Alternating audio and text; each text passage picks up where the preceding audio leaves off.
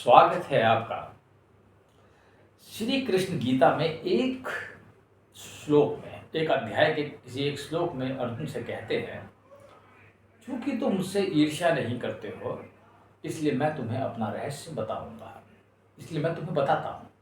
जब मैंने पहली बार इसको पढ़ा था इस श्लोक को, तो मेरी समझ में नहीं आया कि भगवान ने ऐसा क्यों कहा कि तुम मुझसे ईर्ष्या नहीं करते इसलिए मैं तुम्हें अपने बारे में चीज़ें बताने वाला हूँ। तो क्या ऐसे लोग हैं पृथ्वी पे जो भगवान से ईर्ष्या करते हो, या ऐसे कोई राजा है जो भगवान से ईर्ष्या करते हो? ये सवाल पैदा होता है। और भगवान से ईर्ष्या कैसे कर सकता है कोई? भगवान इतना दयालु है तो उससे ईर्ष्या करने का क्या मतलब है? ये एक बहुत ही बड़ा और बढ़िया श्लोक है और इसे जरा ध्यान से समझने की आवश्यकता है। इसे थोड़ा विचार करके तर्कपूर्ण समझने की आवश्यकता है। ये श्लोक पहली बात तो सामान्य मनुष्य की सर से मतलब परे है, अंडरस्टैंडिंग से परे। जब तक तुम सामान्य बुद्धि और मन से इसको समझोगे तो ये तुम्हारी समझ में नहीं आएगा। वैसे तो गीता के ज़्यादातर श्लोक सामान्य मनुष्य की बुद्धि से परे है, वो सामान्य मनुष्य को समझ में नहीं आएंगे। लेकिन जहाँ तक इस पर्टिकुलर श्लोक की बात है, ये बहुत महत्वपूर्ण श्लोक है।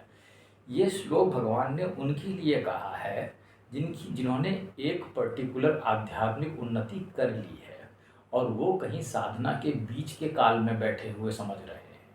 समझ रहे हो? ये सामान्य मनुष्य के लिए नहीं है। जब भगवान श्री कृष्ण, ये उन मनुष्यों के लिए जिन्होंने भगवान को कुछ कुछ जान लिया है, जो कुछ कुछ स्थिति तक भगवान पे पास पहुंच गए हैं, ये श्लोक उनके लिए कहा गया है। ठीक है, कि भगवान ने कहा मुझसे ईर्ष्या मत करो। अब ये क्या मतलब है? ये उन लोगों के लिए है जैसे कंस और रावण।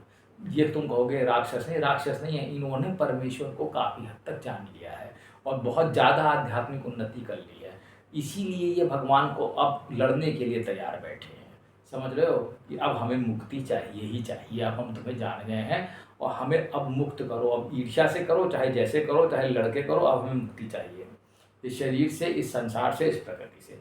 और ये भली भांति रावण भी जानता था, कंस भी जानता था कि मुक्ति केवल भगवान से, मरने से हाथों से मिल जाए तो वैसे ले लो, ऐसे मिल जाए ऐसे ले लो, क्योंकि इनका सिर्फ एक ही ध्येय रह गया कि मुक्ति चाहिए अब किसी भी कीमत पर, बस।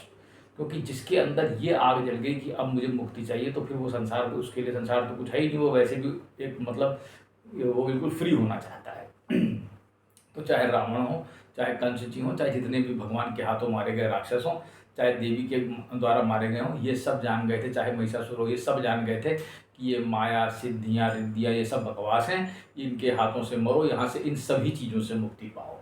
ठीक है, तो ये क्या होता है, जब आप एक आध्यात्मिक उन्नति कर लेते हैं, जब आप एक स्टेट ऑफ माइंड पे पहुँच जाते हैं, आपकी इंटेलिजेंस और आपका जो माइंड है, तो वहाँ से जब आप इस चीज़ को देखते हैं तब आप यही सोचते हैं कि भगवान से आप ईर्ष्या करते हैं। कारण साफ सा है, भाई मैं एक इंसान हूँ मुझे बीमारियाँ होती हैं, मैं बूढ़ा हो रहा हूँ, मुझे तमाम किस्म के रोग हैं। ठीक है, कोई भी रोग हो रहा है मान लो, या और ये तमाम चीज़ें, मुझे हर समय मेरे माइंड में कुछ ना कुछ उथल पुथल मची रहती है। तो इन सब से ऊब कर भगवान के पास तो ये सब है नहीं। अपने निवास में रहते हैं जहाँ ठंडी हवा चलती है, यहाँ इतनी गर्मी हम क्यों झेल रहे हैं? वहाँ बीमार, बुढ़ापा, बीमारियाँ इत्यादि चीज़ें भी नहीं हैं, वहाँ कुछ है नहीं। तो ईर्ष्या करने वाली बात तो है, लेकिन वो ईर्ष्या तब होगी जब तुम एक आध्यात्मिक उन्नति कर चुके होगे, तब तुम भगवान से ईर्ष्या कर सकते हो। तो इसको थोड़ा सा समझने की आवश्यकता है। और जब तुम उतनी ईर्ष्या करोगे तो परमेश्वर को जब तुम कुछ कहोगे तो परमेश्वर फिर तुम्हें, जीसस ने जैसे कहा, वो जैसे तुम्हें गले लगा देगा।